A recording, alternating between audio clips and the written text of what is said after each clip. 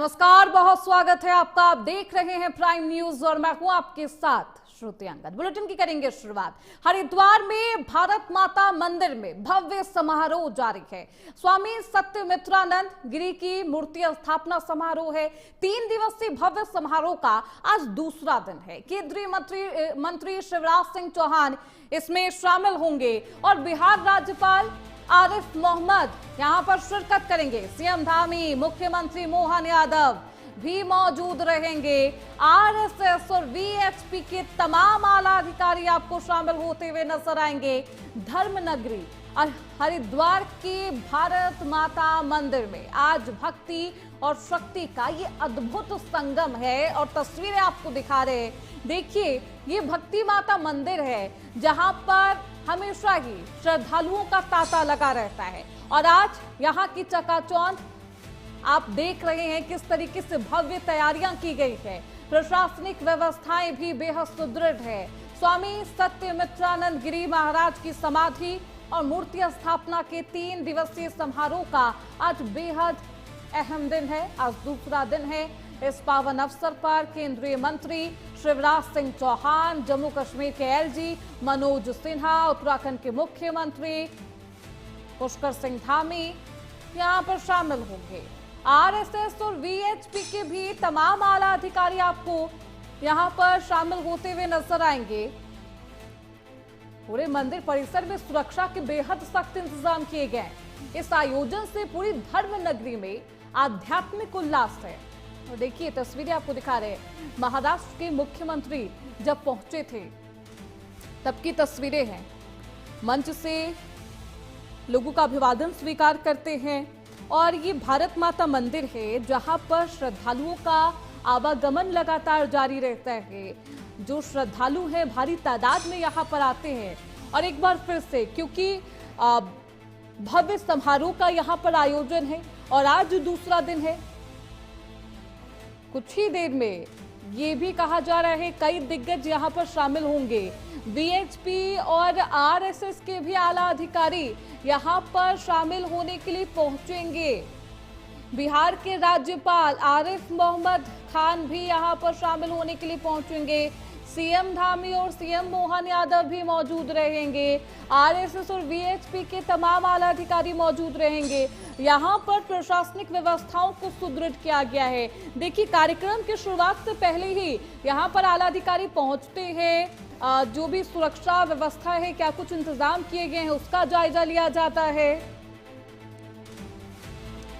तो देखिए, इस खबर पर ज्यादा जानकारी के साथ हमारे सहयोगी रजनीश दीक्षित देहरादून से जुड़ चुके हैं। रजनीश, कैसा माहौल? क्योंकि देखिए, ये बेहद उत्साहवर्धक माहौल है। भारी संख्या में पर्यटक वहां पर पहुंच रहे हैं। कैसा मनोहर और बेहद सुंदर दृश्य वहां पर दिखाई दे रहा है, रजनीश? जी श्रुति, मैं आपको बता दूं कि आज ये 3 दिवसीय कार्यक्रम है। आज इसका दूसरा दिन है। इस कार्यक्रम में काफी दिग्गज पहुंचे हुए हैं। हम आपको बता दें, फेरिस्त बताना चाहेंगे एक और, जहां पर केंद्रीय कृषि एवं ग्रामीण विकास मंत्री शिवराज सिंह चौहान कार्यक्रम में आज शामिल हो रहे हैं। बिहार के राज्यपाल हैं आरिफ मोहम्मद खान, वो उपस्थित रहेंगे। इसके अलावा जम्मू कश्मीर के उपराज्यपाल हैं मनोज सिन्हा और सीएम पुष्कर सिंह धामी के साथ साथ मध्य प्रदेश के मुख्यमंत्री डॉक्टर मोहन यादव भी आज इस कार्यक्रम में पहुंच रहे हैं। और राष्ट्रीय स्वयंसेवक संघ के जो सह कार्यवाहक है डॉक्टर कृष्ण गोपाल और विश्व हिंदू परिषद के अंतर्राष्ट्रीय अध्यक्ष आलोक कुमार, ये सभी लोग इस पूरे कार्यक्रम में आज यहाँ पर पहुंच रहे हैं। और आपको बताएं, ये गुरुदेव हैं स्वामी सत्यमित्रानंद गिरी महाराज, जिनका समाधि स्थल और इनकी मूर्ति का कार्यक्रम है लोकार्पण का, जिसमें 3 दिवसीय कार्यक्रम है। आपको बताएं, आज भी दिग्गजों का जमावड़ा है। मुख्यमंत्री थोड़ी ही देर में इस कार्यक्रम में पहुंचने वाले हैं। पुष्कर सिंह धामी और तमाम मध्य प्रदेश के भी मुख्यमंत्री इसमें रहेंगे।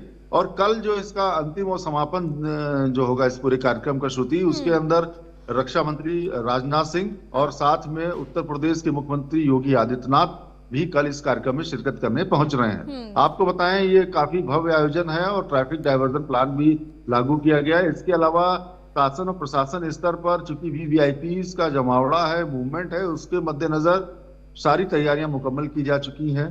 बैरिकेड्स लगाए गए हैं। देश दुनिया के लोग भी भारत माता मंदिर पहुंच रहे हैं। चूंकि आपको बताएं, जो इनका परिवार है भारत माता मंदिर का, ये पूरे विश्व में फैला हुआ है। तो ये जो 3 दिवसीय कार्यक्रम है, देश ही नहीं विदेश से भी यहाँ पर पहुंचे हुए हैं जो इनके अनुयायी हैं भारत माता मंदिर।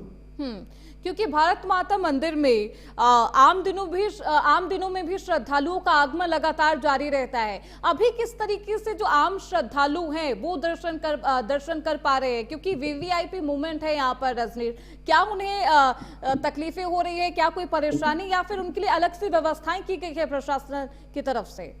रजनीश, देखिए, जो भारत माता मंदिर का प्रशासन है, उन्होंने इस पूरे कार्यक्रम की लंबे समय से तैयारी चल रही थी, क्योंकि देश के दिग्गजों का जमावड़ा, इसके साथ ही जो अंतर्राष्ट्रीय स्तर के जो भी परिवार है इनका, भारत माता मंदिर के सदन से जुड़े हुए जितने भी अनुयायी हैं, उनको भी आना था, उनको भी निमंत्रण दिया गया।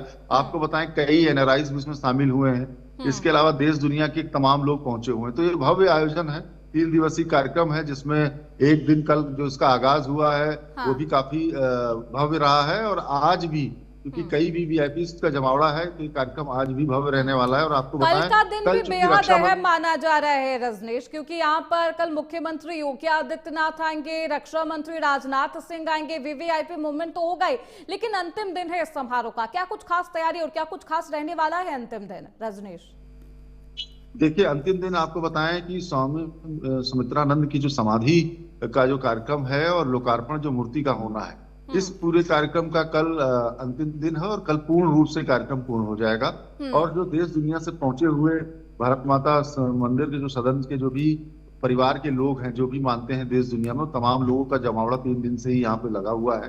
तैयारियां सारी मुकम्मल हैं। आपको बताएं कि भक्ति का आह्लादित एक अलग ही माहौल देखने को मिल रहा है।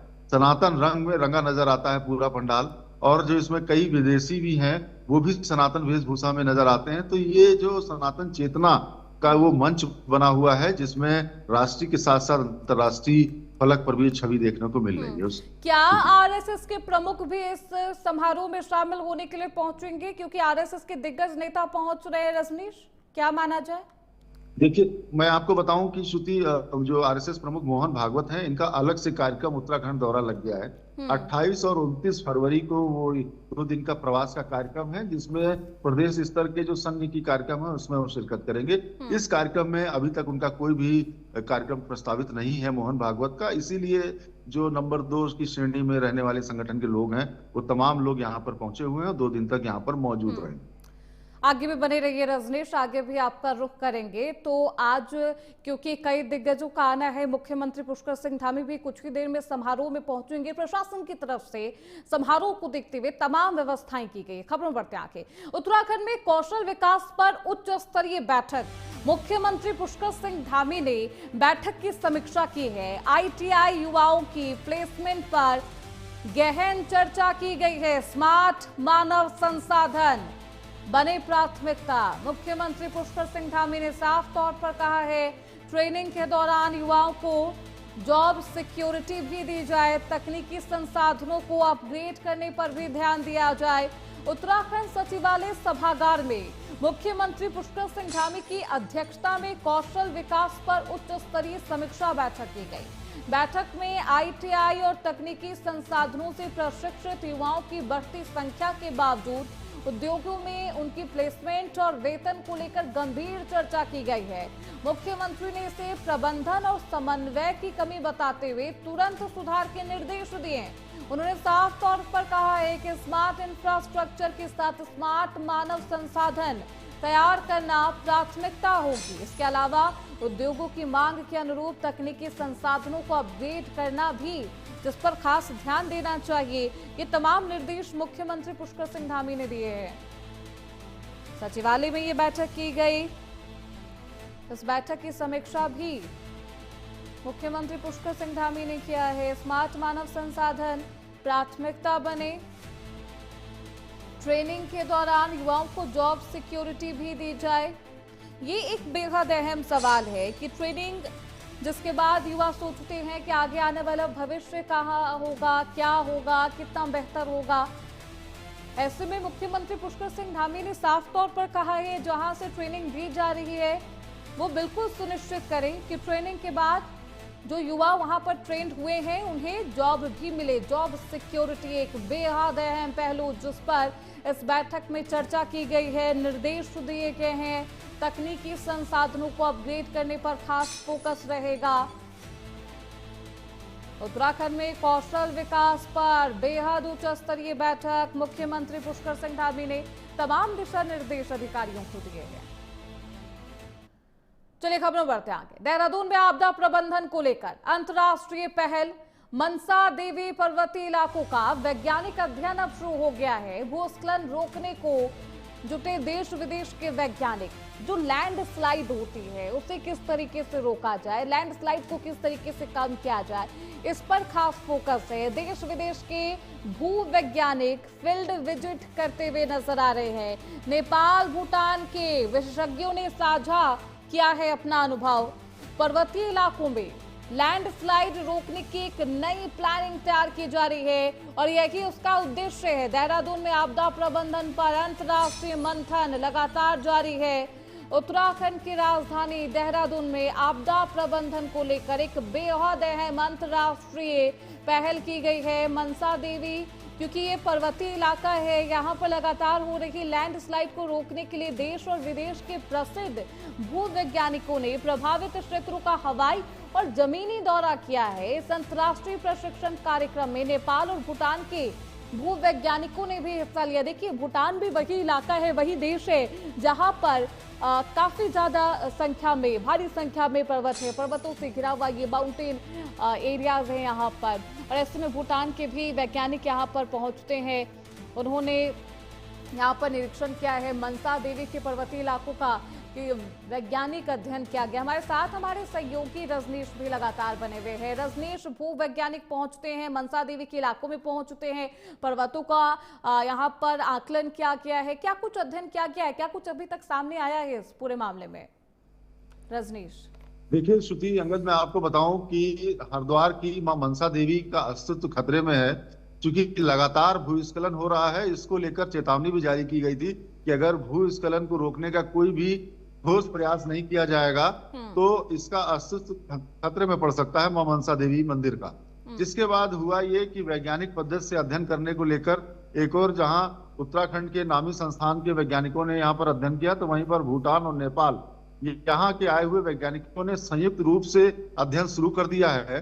मनसा देवी की जो पहाड़ी है वहां से लगातार भूस्खलन होता है और आशंका ये व्यक्त की गई थी अगर ये भूस्खलन समय रहते नहीं रोका गया तो मां मनसा देवी के जो मंदिर है उसके अस्तित्व पे खतरा मंडरा रहा है, कभी भी भू धसाव की चपेट में आ सकता है। जिसके बाद सरकार ने पत्राचार किया और ये कहा गया कि राष्ट्रीय और अंतर्राष्ट्रीय जो विशेषज्ञ हैं वो आकर यहाँ का अध्ययन करें और वैज्ञानिक पद्धति से पता लगाएं कि क्या प्रयास करने की आवश्यकता है जिससे ये भूधसाव भूस्खलन रोका जा सके। जिसको लेकर वैज्ञानिकों का दल, जो भूटान और नेपाल के दो वैज्ञानिकों का संयुक्त रूप से जो यहाँ पर टीम पहुंची हुई है, वो एरियल सर्वे करने के साथ साथ भौतिक परीक्षण भी कर रही है पहाड़ी की, चूंकि काफी फ्रेजाइल पहाड़ी है।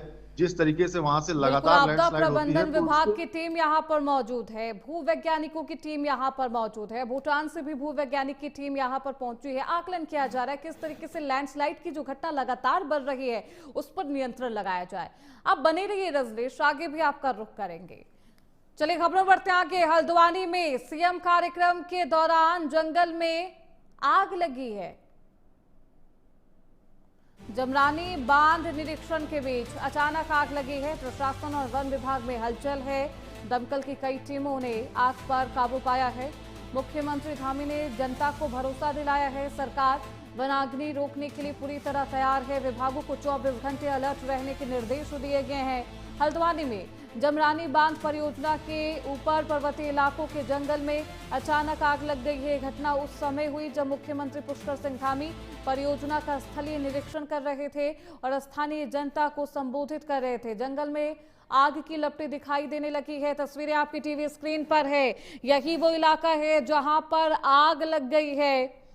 हल्द्वानी के पर्वतीय इलाकों पर आग लगने की घटना सामने आई है। दमकल विभाग की टीम काफी मशक्कत कर रही है आग पर काबू पाने के लिए।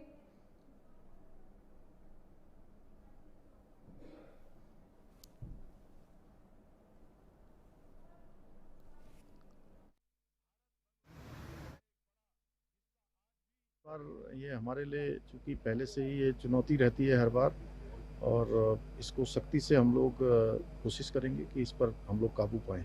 धन्यवाद। इस बार ये चले खबरों बढ़ते हैं आगे।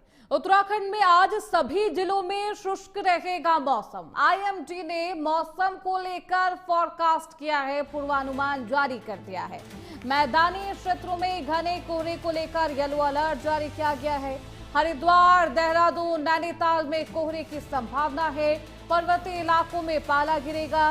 कल से बारिश को लेकर भी अलर्ट जारी है। बर्फबारी का नया दौर आपको देखने को मिलेगा। धूप के बाद फिर यहां पर तापमान में बढ़त आपको दिखाई देगी। उत्तराखंड में एक बार फिर बारिश और बर्फबारी जैसी स्थिति बनती हुई नजर आ रही है। मौसम विभाग के अनुसार आज प्रदेश में वातावरण शुष्क रहने वाला है। दिन के समय आसमान साफ होने और धूप निकलने से तापमान में बढ़ोतरी देखने को मिलेगी।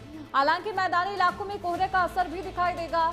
हरिद्वार, उधम सिंह नगर, देहरादून, नैनीताल के मैदानी क्षेत्रों में कहीं घना कोहरा छाने की संभावना जताई जा रही है। मौसम विभाग की ओर से कोहरे को लेकर येलो अलर्ट जारी किया गया है।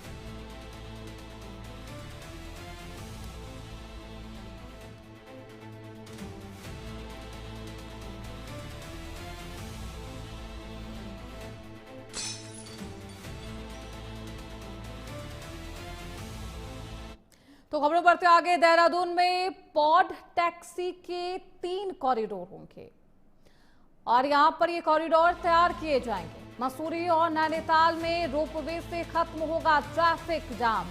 आवास सचिव ने पॉड टैक्सी प्रोजेक्ट की समीक्षा की है और समीक्षा बैठक की मुख्यमंत्री पुष्कर सिंह धामी ने समीक्षा बैठक की अध्यक्षता की है। क्लेमेट टाउन से बल्लूपुर तक पॉड टैक्सी का संचालन किया जाएगा। देहरादून को जल्द मिलेगी पॉड टैक्सी की सौगात। रोपवे परियोजनाओं के लिए जमीन अधिग्रहण की प्रक्रिया तेज कर दी गई है। तो यातायात को और भी आसान बनाया जाएगा पर्वतीय इलाकों में। इसके लिए खुद मुख्यमंत्री पुष्कर सिंह धामी ने समीक्षा बैठक की अध्यक्षता की है, तमाम दिशा निर्देश दिए। चलिए खबरों बढ़ते आगे। डोईवाला बुल्लावाला में देर रात चोरी की वारदात सामने आई। शादी समारोह में गया हुआ था पूरा परिवार। बंद घर को 3 अज्ञात चोरों ने निशाना बनाया। ग्रामीणों ने एक चोर को मौके पर पकड़ा भी है। 2 आरोपी जेवर और सामान लेकर फरार हो गए हैं। फरार आरोपियों की तलाश में जुटी है पुलिस। ग्राम प्रधान ने क्षेत्र में सख्ती की मांग की है। डोईवाला क्षेत्र के बुल्लावाला में देर रात इस घटना को अंजाम दिया गया है, जहां विक्की पुत्र ज्ञान सिंह के बंद घर को 3 अज्ञात चोरों ने अपना निशाना बनाया। घटना के समय परिवार शादी समारोह में गया हुआ था। ग्रामीणों की सतर्कता से चोर को गिरफ्तार किया गया है, जबकि उसके 2 साथी ज्वेलरी और कीमती सामान लेकर फरार हो गए हैं। गिरफ्तार किए गए आरोपी को स्कूटी सहित पुलिस के हवाले कर दिया गया है। पुलिस ने जांच शुरू कर दी है। फरार आरोपियों की तलाश भी लगातार जारी है।